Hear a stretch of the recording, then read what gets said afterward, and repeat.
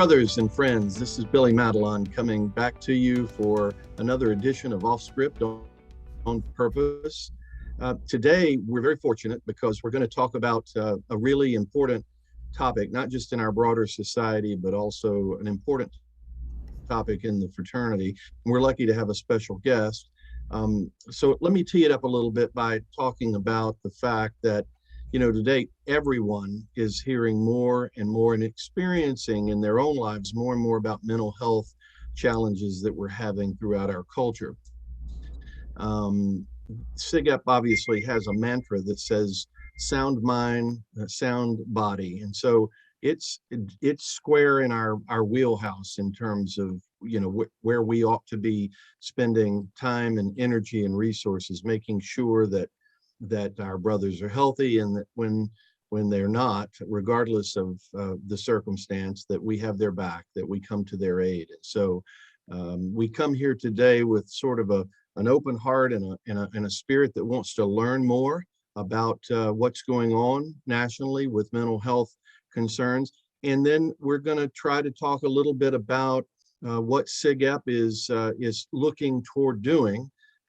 So let me introduce, first of all, my trusted sidekick, Heather Matthews. She's with us today and is going to help steer the vehicle for us. And I also have with us Dr. Grant Buttram, who is one of my chapter brothers from NC Beta. So he is actually chairing the mental health task force for Sigma Phi Epsilon. So that's a group of folks that we got together who work in or around or have a particular skill or interest in mental health, and Grant's helping to shepherd that group and help our fraternity learn as much as we possibly can so that we can make decisions about what's next for our fraternity in terms of how we deal with all that. So I will stop talking, and then I'm just going to let Heather say hello and get us started, and then we'll get into the meat of things. Heather? Thanks, Billy. Good to be here with you today. Really, let's dive right in. So, as we're talking about mental health this episode, Grant, when we're talking about this issue, what are we really talking about? Like, what do we mean when we say mental health? Like, what's really going on in the world today? Thank you, Heather, and thank you, Billy, for inviting me to be a part of this and talk about mental health and what we're doing at Sigma Phi Epsilon. So mental health, in its most basic definition, is the emotional and psychological well-being and the ability to use emotional and psychological tools to function in society. So, what does that mean for our college men or even alumni today? What are they really facing? Yeah, that's a great question. So, as Billy said, mental wellness and mental health problems are, really at the forefront of college education today. And it's a very significant problem and becoming more and more significant every year. And so, 1,000 college students commit suicide every year. And I was shocked to hear that. It's the number one cause of death among college students, to my knowledge. And not just 1,000 commit suicide, but 24 times that attempt suicide. Over a third of college students will tell you they feel depression. A quarter feel anxiety. 1 in 10 or close to 1 in 10 have attention deficit disorder or attention deficit hyperactivity disorder. So, it is a significant problem among college age students and among universities across the country. So Grant, help me understand. Those numbers are startling, obviously. So I guess I wonder, and I'm sure many of our listeners are wondering, why is that the case? What's going on out there? Why not? I'm assuming is it worse in college, or is it worse in the society at large? Or I guess just what's going on? Why is this happening? Yeah, that's a great question. I wondered the same thing, actually. I think obviously, it's worsened recently because of the pandemic. But even before that, if you think back to when we were in college together and we came to college, when I went to college, I didn't know anybody. Nobody from my high school went to college with me. My parents were 3.5, 4 hours away. So my social network and my support structure did not come to college. I was thrust into a sea of newness, and I didn't know anybody. I didn't know where I was, and so I think that has a lot to do with it.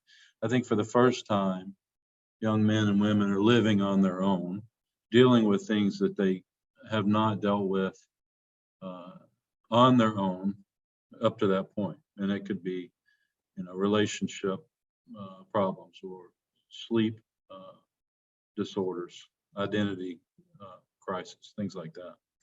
But they have no support where they are. Yeah, I was reading this article the other day, sort of about today's generation, and the writer called it a loneliness epidemic, and it was really kind of intriguing to me, but also just, I mean, very real, right? But it's also surprising because you think about this generation, and they're the most connected generation.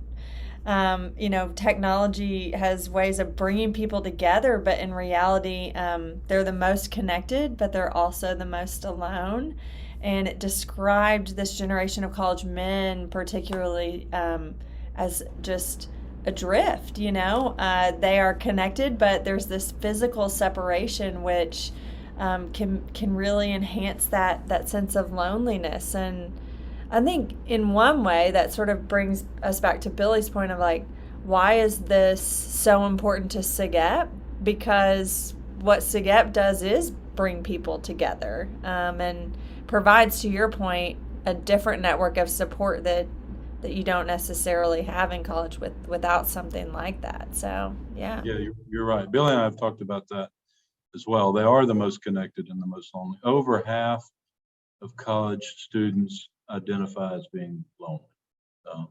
And I think to some degree that connectivity exacerbates it, right? They are connected with all of their former friends and their family who are miles and miles away.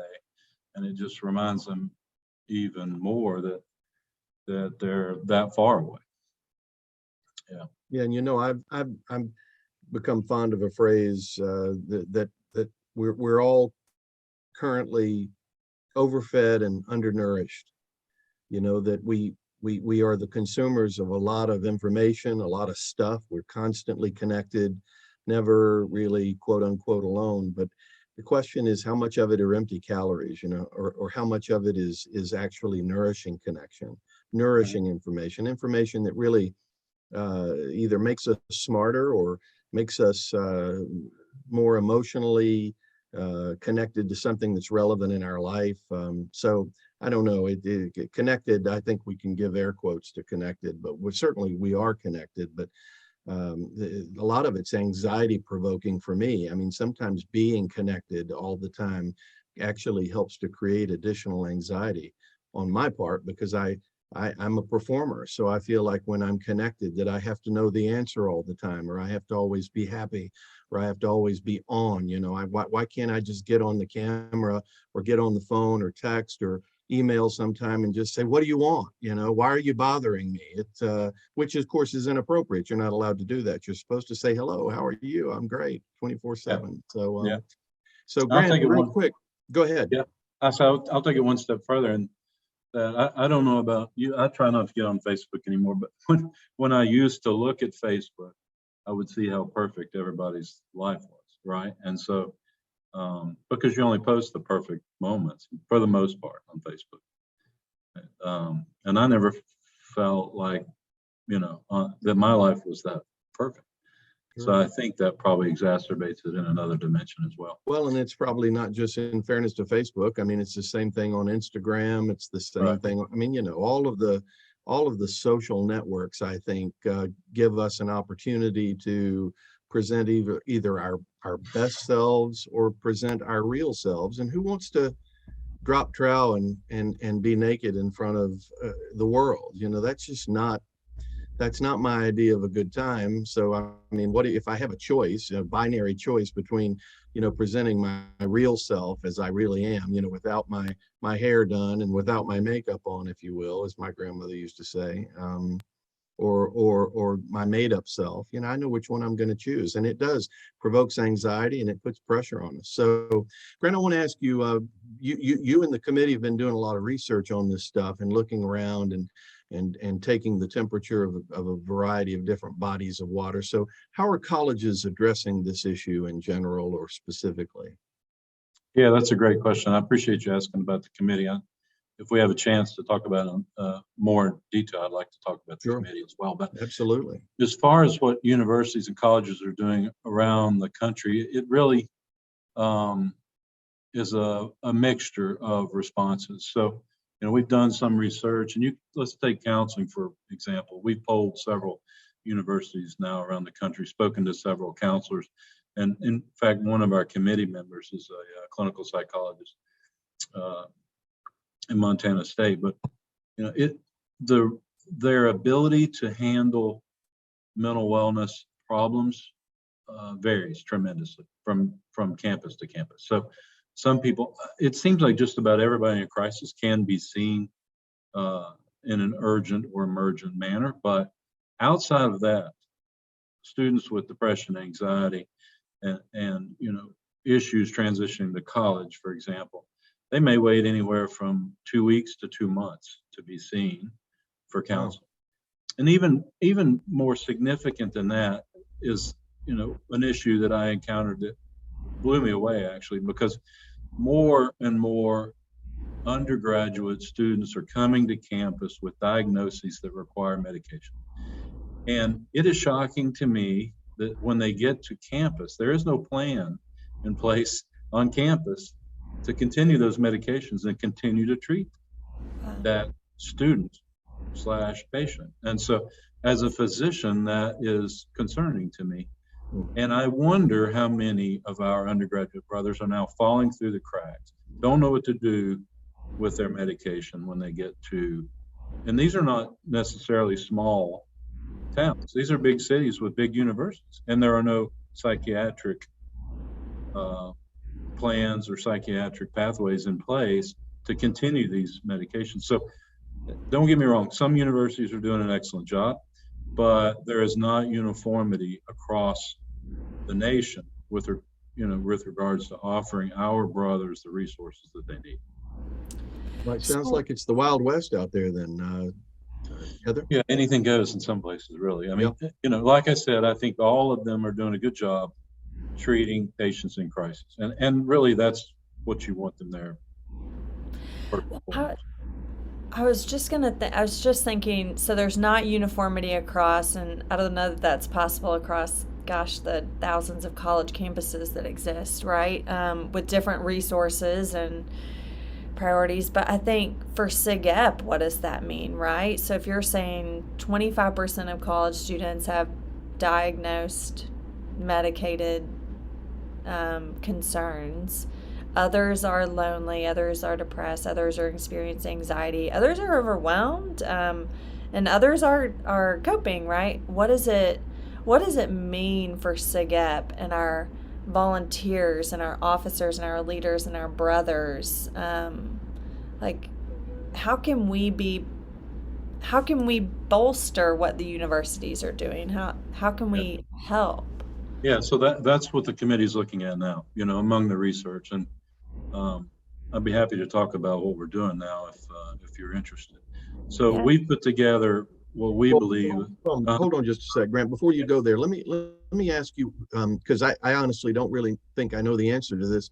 What is SigEp currently doing around mental health? Do we provide any mental health services or any mental health support at all currently that you're aware of?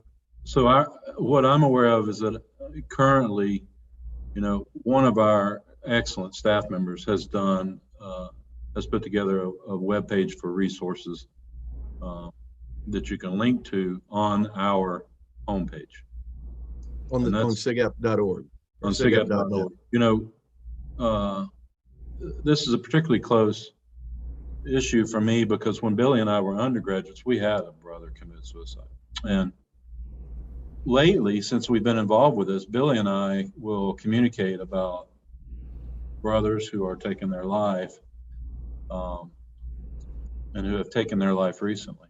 I asked Billy one day we were at a football game, and I asked Billy, how many brothers do we have that have committed suicide this year? And do we track that? And Billy looked at me, and I looked at Billy, and we don't track it. We didn't know. And nobody was tracking it. And we asked, what are we doing for these brothers? What are we doing, if anything, for their families or their chapter? And on a national level, we weren't doing anything, to my knowledge and to Billy's knowledge. So at that time, so that's the answer to the question. I think you asked. I think it's the same type of support that we provide when a tragedy happens, but it's not necessarily treated uniquely, which, to your point, you had a brother commit suicide, like, you know how that feels, right? And so it is unique, and yeah, I'm with you. Yeah. Well, so in, SigEp prides itself on leading the way, and we do in so many areas of Greek life. Best practices, people say, look to SigEp. So I guess my question is, are we leading in this? I mean, as little as it sounds like we're doing, does that mean that we're actually leading and doing better than everybody else, or are we behind, or are there things that we can learn from our peers? I mean, what's going on out there in Greek village? Yeah. So the truth is we're behind. And you're right. We, as SigEps, we want to be the leaders, and we want to win at everything. And so from our college experiences, and you'll confirm this, we were in it to win it. We wanted to win everything. And if we had that, to borrow a line, if you weren't first, you were last. And so we're not first, to be quite honest. Lots of other organizations, fraternities and sororities, are way ahead of us in this field, and lots of partners partnered with foundations and are offering programming for mental wellness that we're simply not doing. And several have outstanding newsletters that they send out regarding mental wellness, so, or blurbs in their regular newsletters. And so yeah, we're behind. Well, it sounds like communication is some, I guess, low-hanging fruit. I mean, I would think that it would be relatively easy to begin to try to talk about the issues more openly and frequently, and then perhaps communicate resources more completely. Are there other things that are going out there that are tangible that we could look toward to sort of begin to, I guess this is the real essence of the committee, right, is to figure out how we can address the problem with a limited amount of resources. And given the fact that, I guess, unlike you, we're not in the business of making people better and healing people, or are we? To what degree? So I'll let you share that with us. Yeah. So I don't view this as we need to make people better or heal them. I view it as we need to live up to our ideals. We need to live up to our cardinal principles. And in doing that, we need to provide the resources that our brothers need to become resilient, to develop the tools that they need to go out in society and deal with these issues as they arise through the rest of their life. And not only that, but help their brothers deal with these issues, as they come up. So that's what the committee is tasked with doing right now. And we are looking at, when I began to think about a way that we could deal with this on a national level, some time ago, before I was asked to chair the committee, actually. And so I came up with a multi-pillared system that I thought we could roll out across the country. And that those pillars, just briefly to discuss some of them, are a chapter pillar, which the chapter would provide programming for its own chapter, a programming pillar where the Sigma Phi Epsilon headquarters can provide some programming to all undergraduates, and then a counseling or a treatment pillar where we can provide a uniform reaction and a uniform safety net, if you will, for all our brothers across the country. And so while we want to encourage brothers to use their resources on their campus, we need to provide some kind of safety net, we believe, so that we don't have brothers fall through the cracks when they come to a university and don't know where to get their medication filled and have no resources for that. So, and I think, Billy will tell you, I'm not the smartest person in the room. I work well with smart people. No, Billy will not tell you that. I'm not the smartest person. For the record, Billy will not tell you. My wife's in the room now. She'll tell you. Well, I will agree that your wife is smart. I will agree that your wife is smarter than you. But beyond that, you're not you are the smartest guy in the room.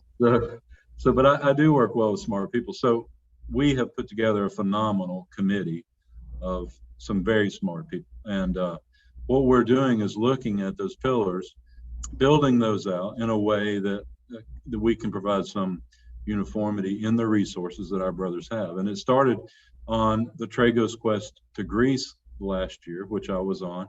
I met a young brother named Garrett Kincaid, who is from New Jersey Alpha.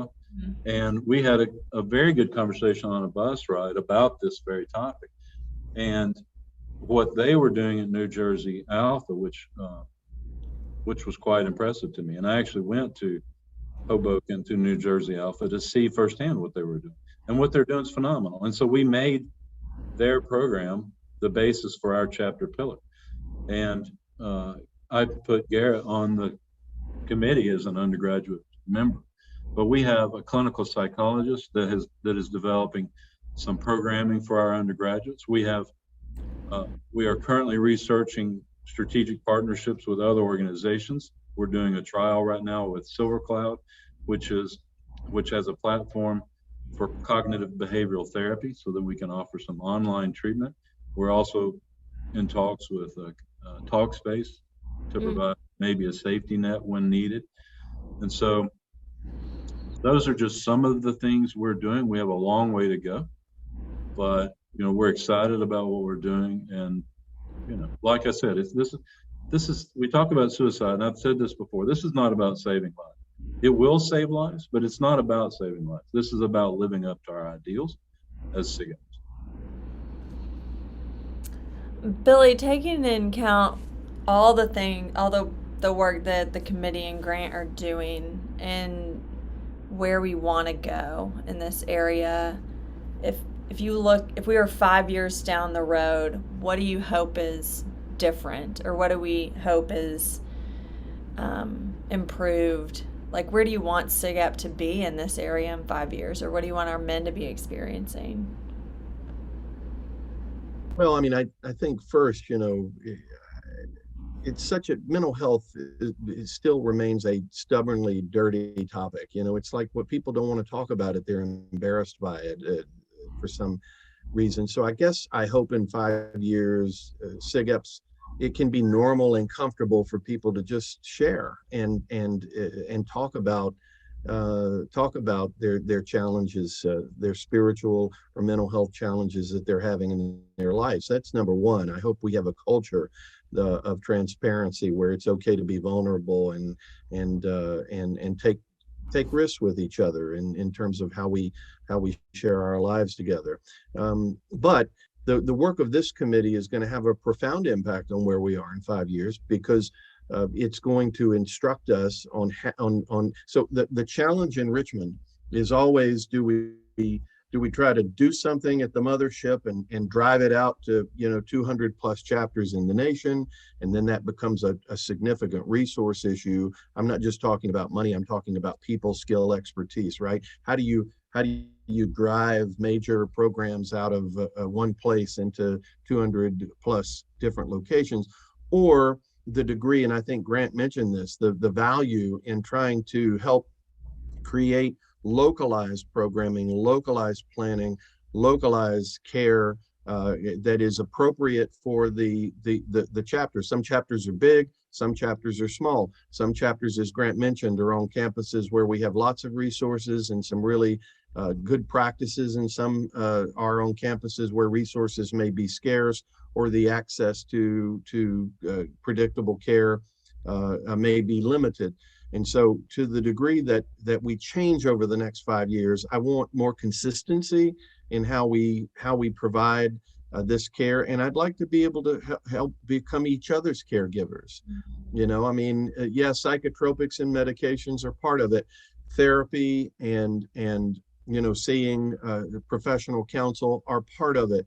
But I'm telling you, there's something in my heart that tells me that a big part of it is that we just have to unplug, and we just have to go in and sit down and spend more time with each other, just getting real, breathing together,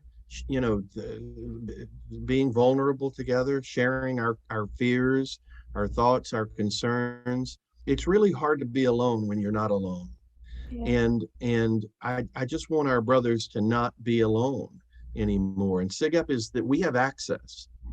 Grant and I've talked about this. Our unique perspective. We may not have the money right now. We may not have all the skills and the right ideas, but what we do have is access. And what we know, and Grant has and his committee have revealed this to me, is that we have, men are men, and they're not going to seek help. They're not going to go into a church and say, Pastor, I need attention, or into a counseling center and say, I need help necessarily. They may not even go to their girlfriend or to other folks and say, I'm really struggling, I'm in crisis. But where they will go oftentimes is into their fraternity house or into the room of a fraternity brother and say, I need to talk.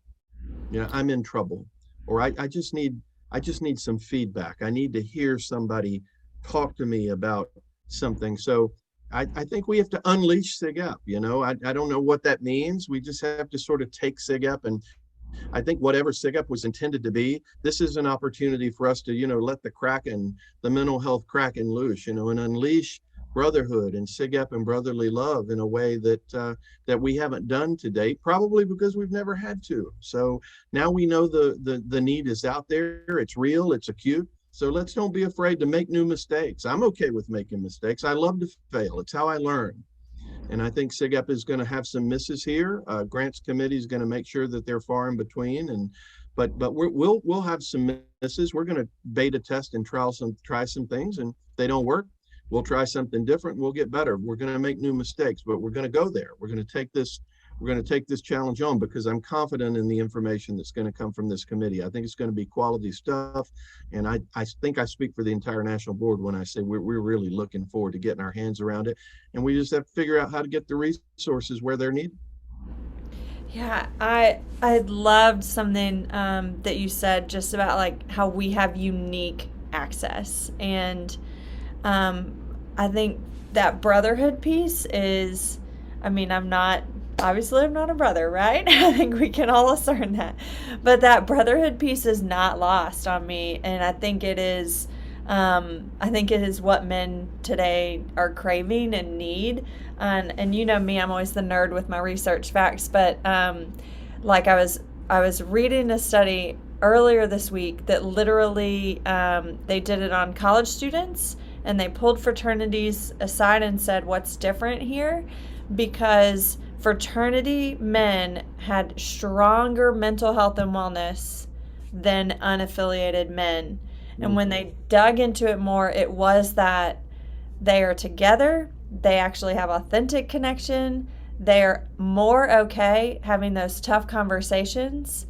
Like just what you guys are saying, men may not walk into a church, and they may not call their parents and that sort of thing, but fraternity men are more capable of having those conversations, learning from each other.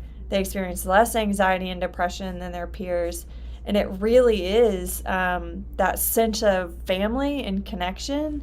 And what I thought was so cool about this data was that they said the members who they're reaching out to when they have a problem, they're twice as likely to reach out to their fraternity brother than anyone else.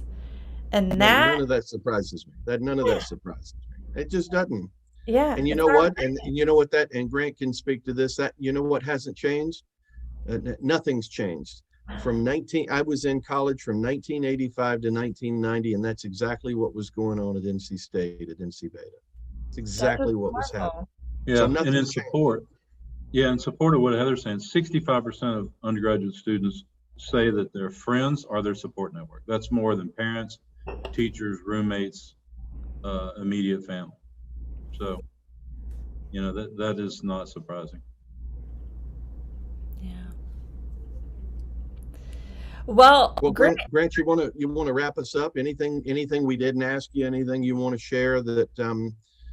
Talk to us a little bit about your committee. So, you're obviously excited about the variety of talent that you have on it. Anything else you want to tell us about the work you've done thus far? The members on the committee? No, they're just some real superstars, and I can't praise them enough. We have, as I mentioned, a clinical psychologist who's boots on the ground. We have another physician who treats pain with mental wellness programming. We have a board of director, national board of director member who set up a fund at his university to help pay for students who need counseling and can't get it in a timely manner and have to go off campus. And then, we have, of course, Jared Fenton, who everybody knows just is a superstar, and founded the Reflect, organization. And so we're going to talk much more about that in the future. But what we really want to do is, like I mentioned before, provide programming that can be implemented on a chapter level. Doesn't have to be, but we're trying to make a toolbox that chapters can pull whatever tools they feel that will help their chapter, and they can implement it, hopefully in an easy manner, and we'll hopefully provide the resources for that at relatively low cost. In addition to that, we want to make sure that each chapter has a peer educator, and we want to train those on a national level. So we're looking at that. And this is going to take resources. It will take resources, and we'll do our job. We'll put together a comprehensive platform, and then Billy gets to decide how much money we're going to spend on that. Yeah. So now that Billy's on the spot, what's your timeline? When do you think the committee will release? I mean, are you just going to release a report and then everybody goes home, or is it phase 1, phase 2, phase 3? What's your timing here as we roll through the rest of the year? Yeah. So I just took this over. We just made this committee a couple months ago. We meet every week and a half, and so to assess our progress. And I told all the committee members from the beginning that our timeline is aggressive, and so is the project. So we have presented preliminarily to the National Board of Directors what we're doing during the last meeting, and our plan is to put together a written proposal with outlining what we think is going to work and maybe what we think may not work, and but we want to have that together by the next board meeting. And I would like to see us roll out a trial with 30 chapters in the fall. it's exciting. Yeah. The thing I think is most important about this is we collect data on it. I think, the thing that will set us aside and will make us a leader is if we track the results. We want to know how many of our brothers are taking advantage of resources, and is it making a difference? Because it's not a problem you can just throw money at. It's a problem that needs money thrown at it. But if we're going to throw money at it, we want to make sure that it's the right money and it's in the right direction, right? So, but that's our plan. We want to roll out a trial in the fall at 30 chapters. And chapters are lining up. They, people want to be a part of this. We get emails and calls all the time. Yeah. Well, they should be. This is really exciting work. It's and it's so necessary. I hate we're late, but better late than never. And maybe we'll have the benefit of learning from others' mistakes and making a better pass at it than people that went first. So that's right. I guess there's some good news in there. Yeah, it's not, being late is not a bad thing, and it's not too late to excel at this, just like we excel at everything. Right. Yeah.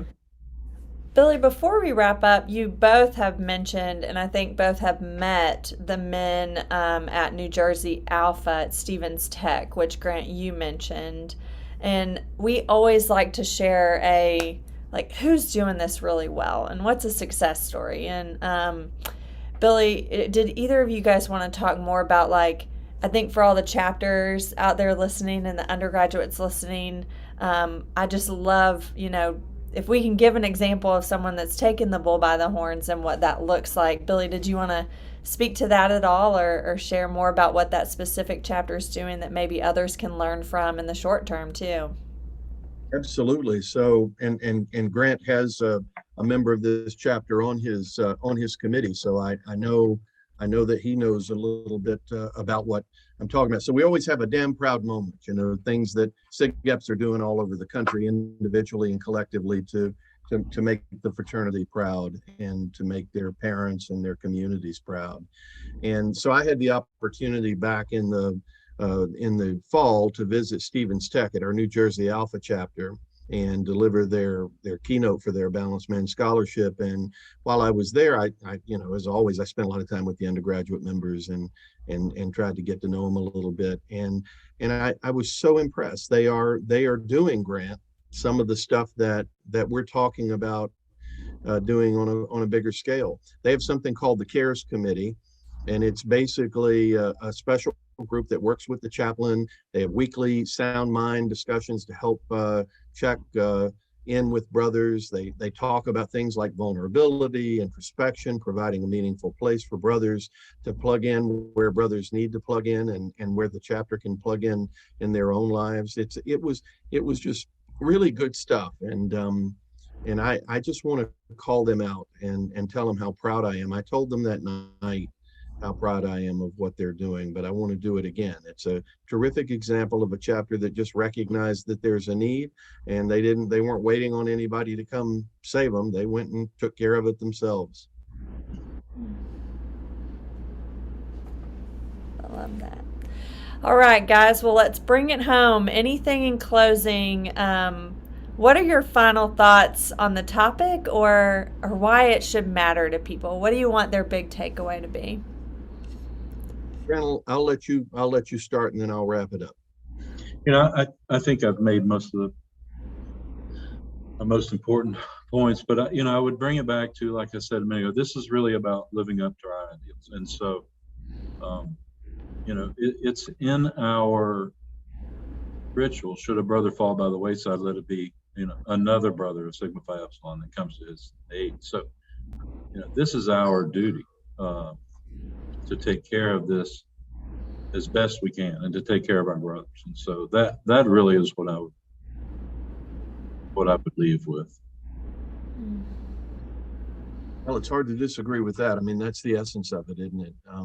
So Heather, I think I'd like to just wrap all this up by saying, if you've heard anything today that moves you, then let us know. If there are any best practices on your campus or at your chapter, things that you're doing programming wise that you'd like to share, we'd love to hear it. Grant and his committee are an open book. They're looking for as much input and help as they can receive, because this is probably more art than it is science right now. Same thing with our alums and parents and friends.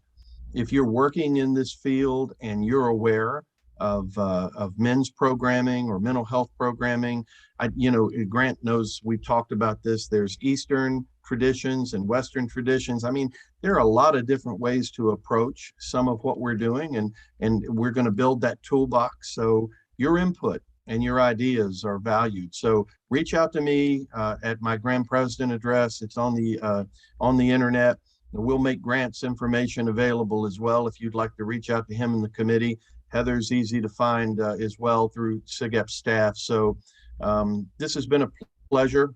Grant, thank you for joining us tonight. But as much as anything, thanks for the work that you're doing on behalf of our undergraduate men to help make their lives better and to add value to their lifelong relationship with SigEp.